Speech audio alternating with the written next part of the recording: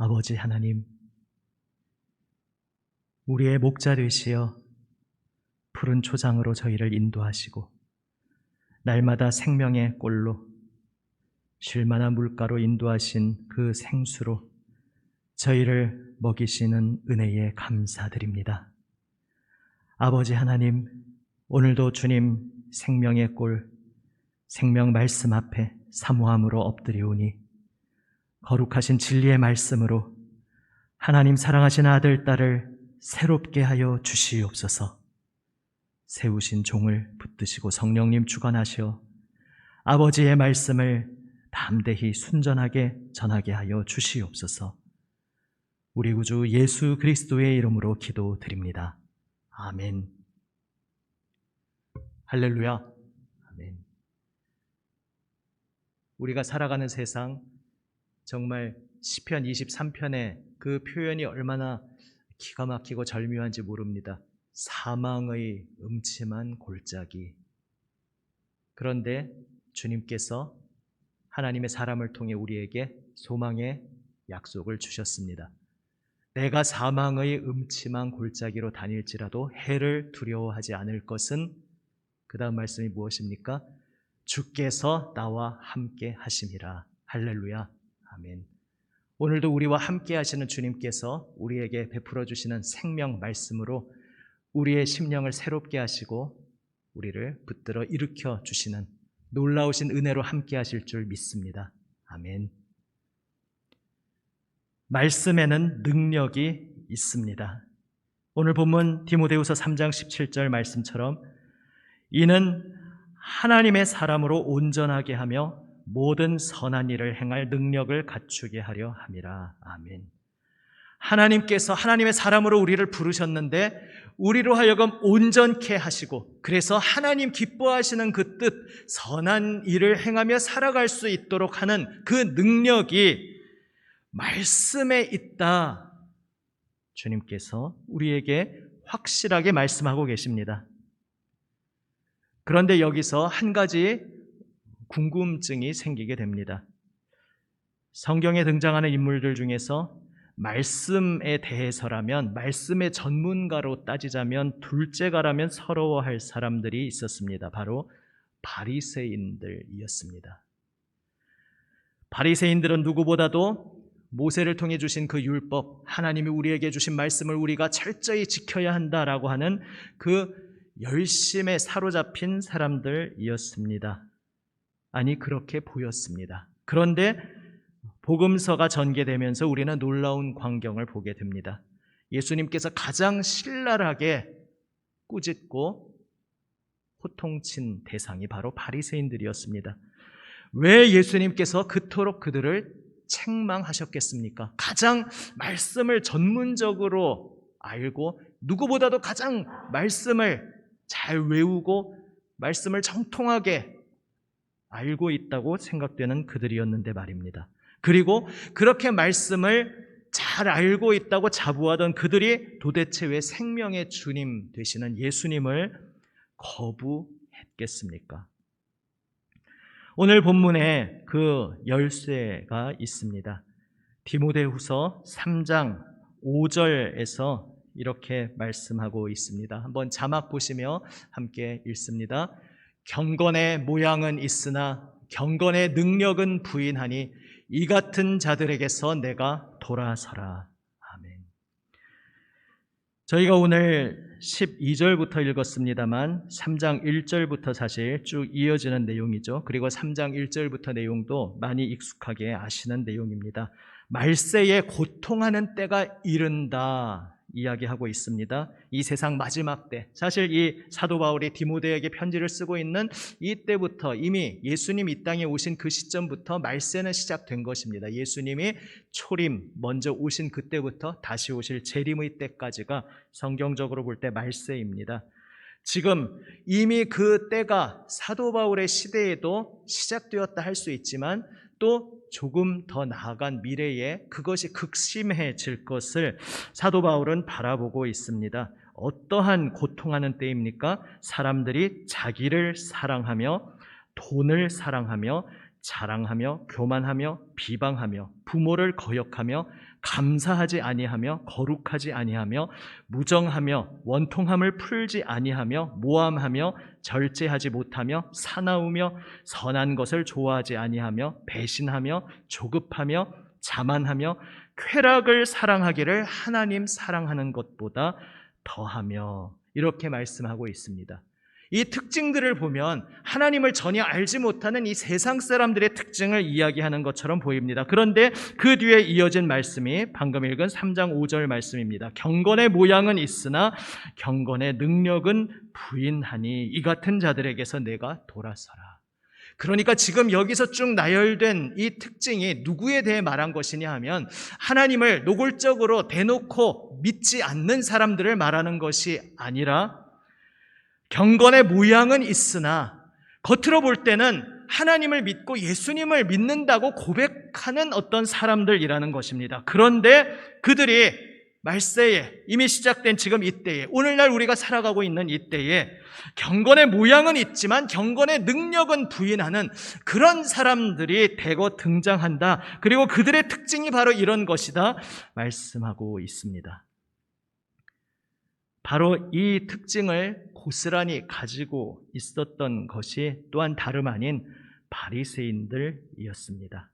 사실 바리새인의 문제가 무엇이었습니까? 얼핏 생각하면 그들이 예수님이 주시는 자유를 모르고 너무 지나치게 엄격했다. 율법주의로, 금욕주의로 너무 엄격했다. 우리가 얼핏 생각하면 그렇게 생각할 수 있습니다. 하지만 그것은 양면성 중에 한쪽만 본 것입니다. 사실 극과 극이 통합니다.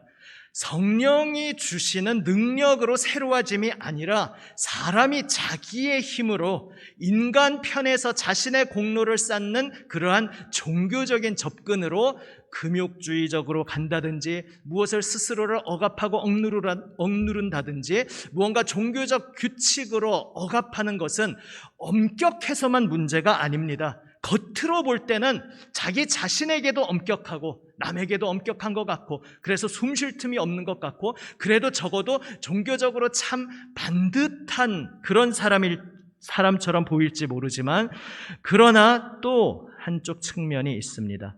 누가복음 16장 14절에서 이렇게 복음서는 바리새인들의 특징을 단적으로 말하고 있습니다. 바리새인들은 돈을 좋아하는 자들이라. 그래서 복음서를 가만히 보면 예수님께서 바리새인들에 대해 어떤 점을 신랄하게 꾸짖고 있냐 하면은 너희는 내가 자유를 주는데 왜 그 자유를 버리고 지나치게 엄격하게 사느냐, 이것을 꾸짖으시는 것이 아니라 종교적인 규칙으로 스스로를 얽매게 하고 엄격하게 사는 듯한데 그 속의 내면은 정반대로 완전히 죽음으로 가득하다는 것입니다. 인간의 탐욕으로 가득하다는 것입니다. 그리고 엄격해 보이는 종교적 규칙은 오히려 내가 하나님을 잘 믿고 있지라고 스스로 착각하게 만들고 자기 자신을 속이는 그러한 악용의 도구로 활용되고 있었습니다. 종교적 규칙을 철저히 지키니까 얼마나 종교적이고 얼마나 도덕적이고 얼마나 반듯해 보입니까? 그러나 사람들이 보지 못하는 그의 이면의 삶에서는 또 그 누구도 볼 수 없는 그 마음속에서는 그의 속은 더럽고 흙탕물이 끊임없이 솟구치는 탐욕으로 가득한 것이 바로 바리새인들이다, 이렇게 말씀하고 있습니다. 그리고 그것은 그 시대 2000년 전 그 특정 집단에게만 속하는 것이 아니라 디모데후서 3장 말씀에서 표방하고 있듯이 오고 오는 모든 세대에 우리가 성령으로 온전히 붙잡혀 있지 않고 올바른 길로 예수님께 붙들려 있지 않으면 누구나 빠질 수 있는 함정이 이것이라는 것입니다. 종교적 규칙으로 무언가 엄격한 테두리를 만들어 가는데 역설적으로 그 속에서 나의 내면은 변화되지 않고 더더욱 죄인의 탐욕으로 가득한 그러한 수렁에 빠지게 되는 것입니다. 한마디로 돈을 좋아한다라는 것은 무엇을 말하고 있는 것입니까? 예수님께서 일찍이 하나님과 돈을 겸하여 섬길 수 없다 말씀하신 것처럼 참되신 하나님을 경외하고 섬기는 삶의 정반대에는 돈을 섬기는 삶이 있다고 예수님께서 일찍이 말씀하셨습니다. 그 돈이 그냥 돈이 아닌 것입니다. 모든 인간의 탐욕을 대표하는 그러한 표현입니다. 이것은 결국 하나님 앞에 엎드리지 않고 나의 욕망, 나의 욕심, 내가 바라는 것, 나 자신이 주인이 되어 살아가는 그러한 인생의 모습입니다. 이러한 인생을 한마디로 오늘 본문은 경건의 능력이 없다 말씀하고 있습니다. 여기서 말씀하는 경건의 능력이 무엇입니까? 물론 경건의 능력이라는 것은 어떤 초자연적인 이적도 나타낼 수 있습니다. 예수 그리스도를 믿음으로써 어떤 치유의 은사가 일어난다든지 여러 가지 신비한 일들도 다 포함하고 있을 수 있습니다. 하지만 여기서 더 본질적으로 말씀하고 있는 것은 삶에서 변화된 중심, 변화된 영혼, 그래야 하여 변화된 열매를 맺는 정말로 변화된 삶을 살아가는 그것을 말하는 것이 경건의 능력이라는 표현입니다. 결국 한마디로 하나님 앞에 진실되게 엎드리지 않는 인생이라는 것입니다. 종교적으로 모양새는 아주 잘 갖추었는데 역설적으로 종교적으로 그렇게 잘 갖춘 모양새가 하나님을 잘 섬기기 위한 것이 아니라 협상 도구인 것입니다. 하나님, 제가 이만큼 종교적으로 이만큼 할 만큼 했으니까 이제 나머지 시간, 나머지 물질, 내 인생의 나머지 부분은 내 마음대로 해도 괜찮지요? 그것에 대해서는 하나님 저에게 터치하시면, 간섭하시면 안 됩니다. 이렇게 내 것을 확보하기 위해서 일정량을 떼어서 하나님께 뇌물로 바치는 것이 바로 율법주의의 함정, 경건의 모양만 있는 인생의 함정인 것입니다. 말세가 바로 그러한 거짓 신앙인들로 가득하게 될 것을 사도는 미리 바라보고 있습니다. 하나님을 믿는다고 하지만 하나님 앞에 진실되게 엎드리지 않는 그 혼탁한 세상 속에서 우리는 어떻게 살아가야 할 것인가? 그것을 디모데후서 3장 15절에서 말씀하고 있습니다. 디모데후서 3장 15절 말씀 함께 자막 보시며 읽습니다. 또 어려서부터 성경을 알았나니 성경은 능히 너로 하여금 그리스도 예수 안에 있는 믿음으로 말미암아 구원에 이르는 지혜가 있게 하느니라. 아멘. 이것은 특별히 지금 디모데에게 말씀하고 있는 대목이기에 어려서부터 성경을 알았다 말씀하고 있습니다. 물론 여기 계신 분들 중에는 어려서부터 아신 분도 있고 아닌 분도 있을 것입니다. 이제 그것이 중요한 것이 아니라 디모데에게 이야기합니다. 네가 어려서부터 알았던 그 성경, 거기에 모든 해답이 들어있다. 그러니까 우리 모두에게 해당되는 말로 풀어서 말하면 이렇게 표현할 수 있습니다. 너는 이미 그 비밀의 열쇠를 받았다. 너에게 이미 성경이 주어져 있지 않느냐? 너에게 계속 들려지고 너의 눈앞에 계속 노출되어 있었던, 이미 너의 손에 들려져 있는 그 하나님의 말씀, 그 성경, 거기에 구원에 이르는 지혜가 있다. 사도는 이야기하고 있습니다. 그런데 구원에 이르는 지혜를 구체적으로 어떻게 말하고 있는가? 이것이 중요합니다. 그리스도 예수 안에 있는 믿음으로 말미암아 구원에 이르는 지혜가 있게 하느니라. 결국 말씀의 핵심은 예수님을 믿는 것입니다. 그 말씀을 통해 우리가 얻는 핵심적인 중심은 예수님을 믿게 되는 것입니다. 그리고 그 예수님을 믿는 그 자리에 구원이 있는 것입니다. 그런데 예수님을 믿어야 구원을 얻게 되는데 그렇게 예수님을 믿을 수 있도록 하는 지혜를 성경을 통해 얻을 수 있다 말씀하고 있습니다. 여기서 결국 지혜란 그래서 무엇입니까? 지혜는 우리가 세상에서 지혜, 지식을 말할 때는 흔히 이런 이미지를 그리지 않습니까? 남이 못 가진 것을 내가 내 머릿속이든 혹은 심장이든 어딘가 내 속에 내가 좀 더 확보해서 가지고 있는 것, 그래서 내가 좀 더 많이 아는 것, 내가 좀 더 많이 깨달은 것, 내가 좀 더 깊이 알고 통찰력을 가진 것, 무언가 내가 소유한 것으로 지혜에 대한 심상을, 이미지를 흔히 떠올리곤 합니다. 하지만 지혜는 내가 손에 붙들고 내가 소유하는 어떤 것이 아닙니다. 지혜란 진리이신 하나님의 말씀을 그대로 받아들이는 것, 이것이 지혜입니다.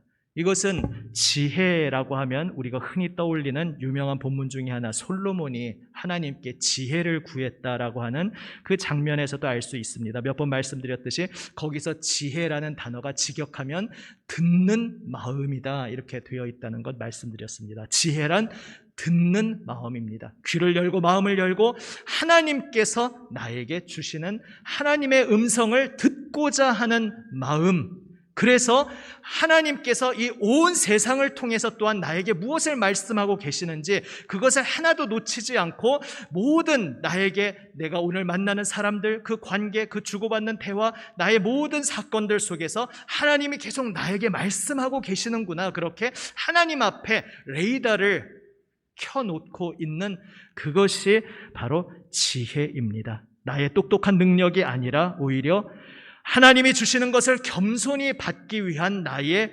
빈손, 빈 그릇, 이것이 지혜입니다. 바리새인이 왜 예수님을 믿지 않았습니까?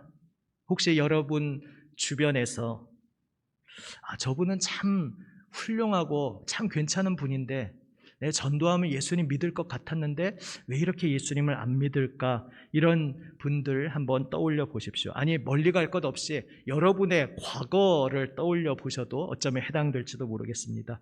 꼭 늘 그런 것은 아닐지 모르지만 많은 경우에 예수님을 왜 못 믿냐 하면 내가 너무 잘나서 그렇습니다. 내가 스스로 생각할 때 내가 너무 잘난 사람, 잘난 분들이 예수님을 받아들이지 못합니다.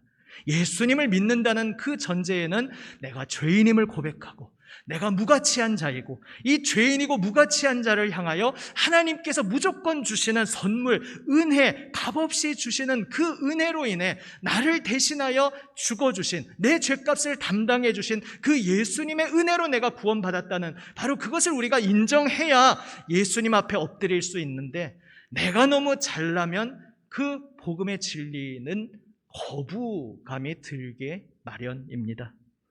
그릇이 비어 있어야 그 지혜로 하나님 말씀을 들을 수 있는데 내 그릇이 비어 있지 않고 내 손이 꽉 차 있으니 내가 세상 살아가면서 내가 이것을 꼭 붙잡고 살아야지, 꽉 붙잡아야 되겠다고 생각되는 것이 너무나 많습니다. 나의 그릇이 이미 너무나 가득 차 있습니다. 그래서 예수님을 믿지 못하는 것입니다. 심지어 예수님을 믿어보겠다라고 나 스스로 기독교인이 되었다고 생각하면서도 이러한 함정에 빠질 수 있습니다. 나 스스로의 종교적인 열심과 나의 어떤 완벽한 신앙으로 예수님의 인정을 받으려는 그러한 방향으로 나가기 시작하면 이것은 예수님 십자가의 방향과는 정반대로 가는 것입니다. 우리는 신약 성경에서 초대 교회 성도들이 여러 가지 좌충우돌 시행착오를 겪는 가운데 바로 그런 함정에 빠지곤 했고 그 함정에서 다시 나오도록 사도가 얼마나 고군분투했는지를 우리는 신약 성경에서 보게 됩니다. 지혜는 그릇이 비어 있는 것이고 지혜 없다는 것은 그릇이 비어 있지 않다는 것입니다.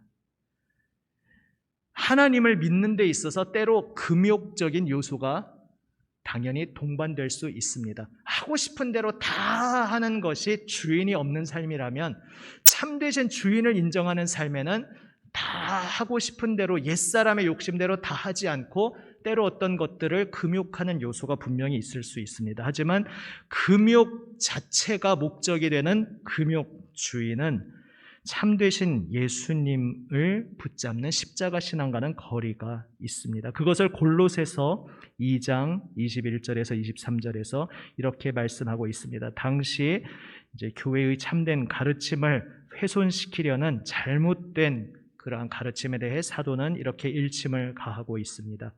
함께 읽어보시겠습니다. 곧 붙잡지도 말고 맛보지도 말고 만지지도 말라 하는 것이니 이 모든 것은 한때 쓰이고는 없어지리라. 사람의 명령과 가르침을 따르느냐? 이런 것들은 자의적 숭배와 겸손과 몸을 괴롭게 하는 데는 지혜 있는 모양이나 오직 육체 따르는 것을 금하는 데는 조금도 유익이 없느니라. 아멘.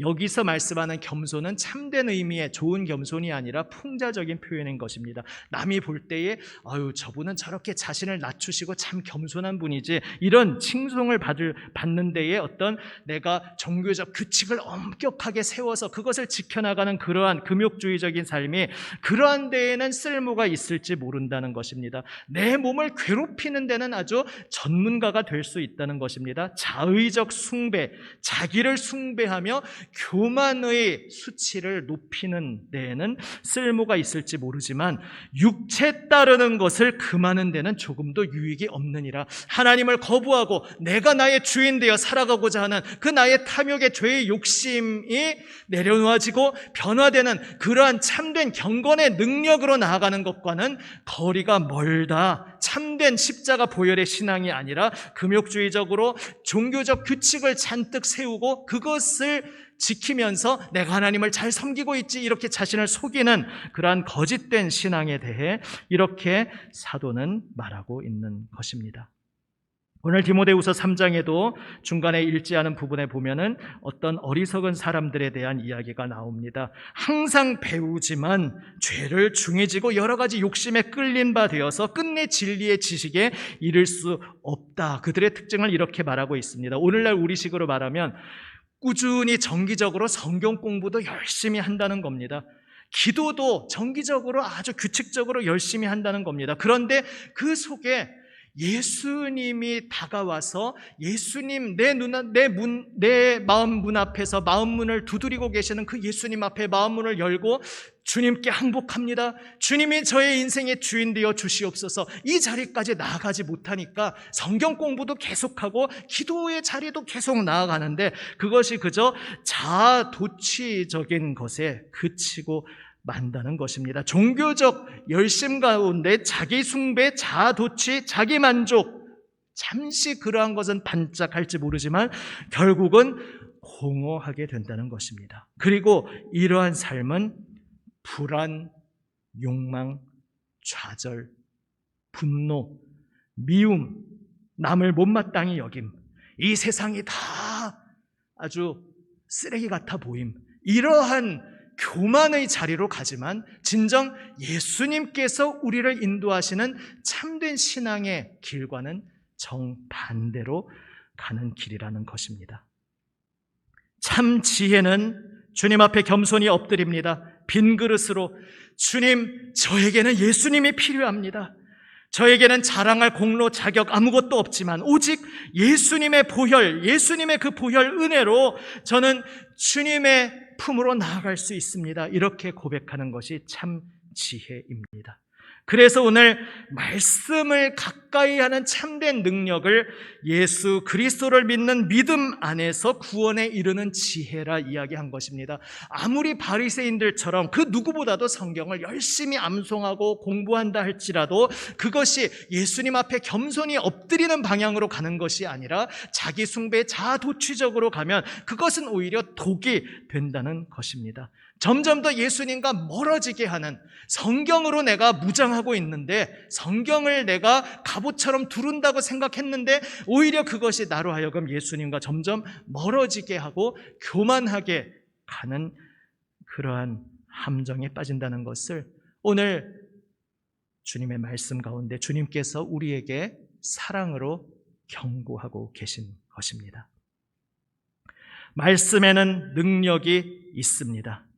그런데 그 말씀의 능력은 바로 예수님을 만나게 하는 것입니다. 오늘 우리 자신을 돌아보기 원합니다. 나는 오늘 말씀 앞에 나아가며 무엇을 지향하고 있는가? 말씀 속에서 나는 무엇을 경험하고 있는가? 그것이 자아도취적인 자기 교만 바리새인의 길이 혹시 나에게 지금 섞여 들어오고 있다면 늘 그런 위험이 있을 수 있습니다. 날마다 그것을 벗어놓고 내려놓고 다시금 십자가 그 골고다 언덕 현장의 자리로 다시 겸손히 나아가 엎드리는 우리 모두가 되기 원합니다. 뒷부분에 조금 더 나눌 내용이 있었는데 우리 한 달 동안 말씀의 주제로 계속 갈 것이니까 못다한 내용은 다른 주간에 계속해서 나누도록 하겠습니다. 말씀은 하나님의 거룩하신 그 임재 앞에 우리로 하여금 나아가게 해서 하나님과 우리가 만나는 그 신비한 만남의 자리, 신비한 문이 되는 그러한 현장입니다. 십자가에서 돌아가신 예수님을 바라보며 좌절 가운데 낙심하였던 엠마오로 가던 제자들이 곁에 자기들도 모르는 사이에 다가와 주셔서 계속해서 말씀을 들려주심 속에 그들이 고백합니다. 누가복음 24장 32절 말씀처럼 우리 속에 뜨거운 불이, 우리 심령이 뜨거워지지 않더냐, 전에 말씀드린 대로 직역하면 마음속에 뜨거운 불이 타오르지 않더냐, 이러한 고백이었습니다. 부활하신 예수님께서도 내가 부활했다, 그렇게 자신의 부활하심을 보여주시면 그냥 간단하고 쉬울 것 같은데 오히려 본질적으로 접근하시는 것입니다.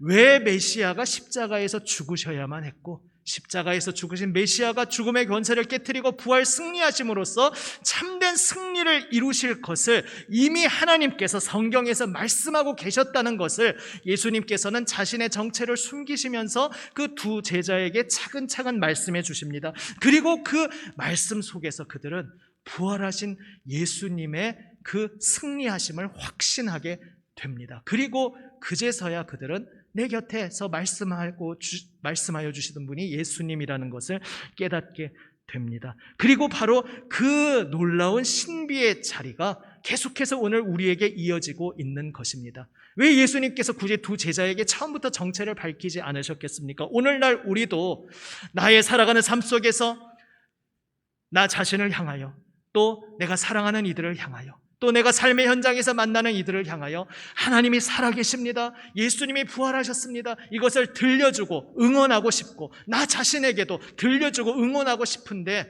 부활하신 예수님이 짠 나타나셔서 그것을 한번 보여주시면 확실하게 해결될 것 같지만 그게 본질이 아니라는 것을 주님께서 알고 계셨습니다.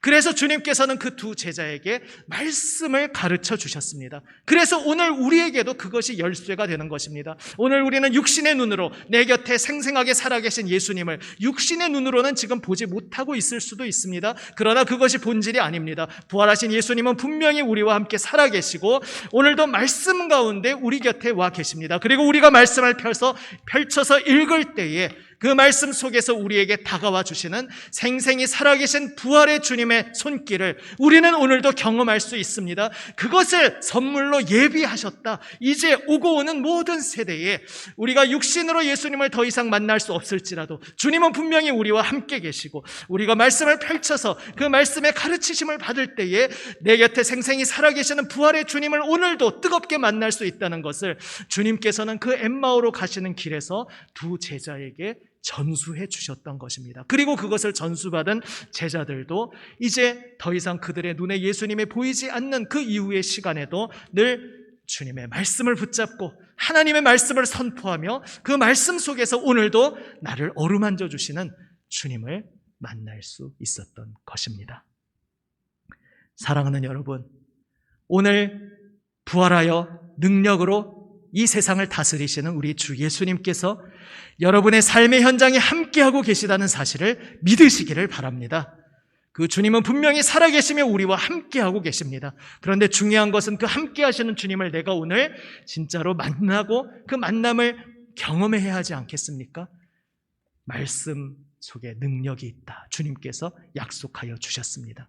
말씀을 펼쳐서 읽고 그 말씀 속에서 다른 것을 목적으로 지향하는 것이 아니라 오늘도 이 말씀 속에서 주 예수님, 저를 생생하게 만나 주시옵소서, 예수님을 더 알게 하여 주옵소서 기도하며 말씀 속으로 들어감 속에 이 말씀 속에서 오늘도 나를 끌어안아 주시고 나를 치유하여 주시고 나를 일으켜 주시고 나를 새롭게 하여 주시는 그 주 예수님의 놀라우신 손길을 경험하는 우리 모두가 되시기를 우리 주님의 이름으로 축원합니다. 아멘.